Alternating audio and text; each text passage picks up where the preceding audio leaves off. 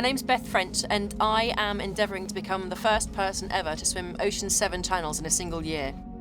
The Ocean's 7 are 7 of the toughest swims in the world, and 6 people have swum them in their lifetimes, and I'm the first person to even try and attempt them all in a single year. When I was 10, I got glandular fever, and by the time I was 17, I was in a wheelchair.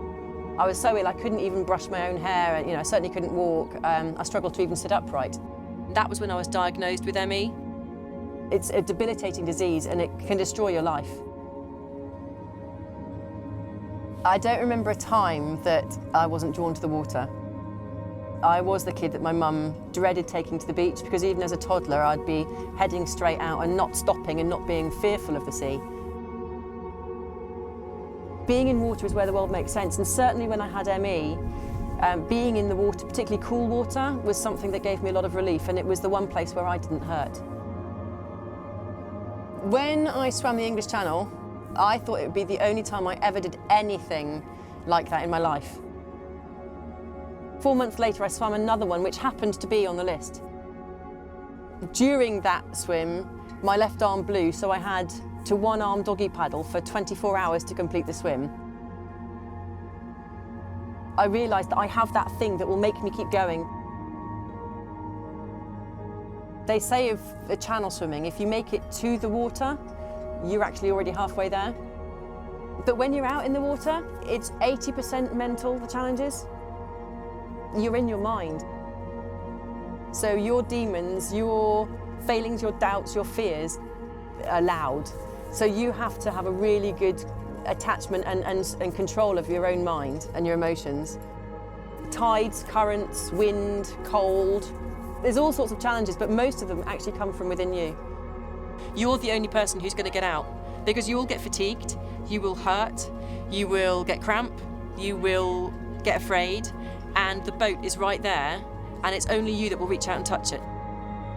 I think I'm really blessed to have been brought up outside mainstream society. I grew up on a small holding.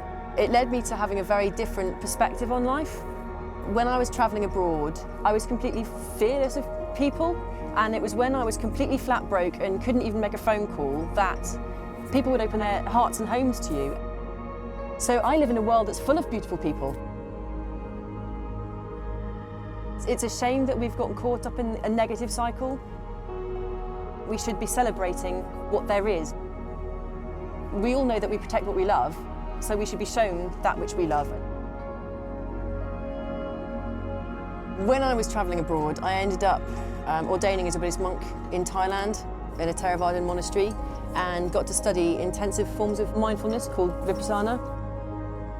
It's something that I use on a daily basis, but particularly in the water.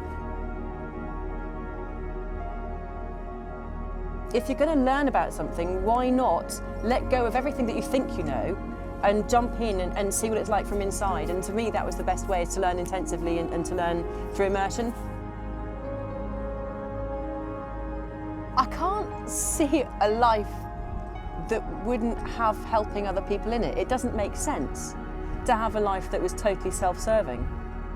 I think it's self-serving to help others because no man's an island and you need a community around you. So looking after the planet, it's just common sense.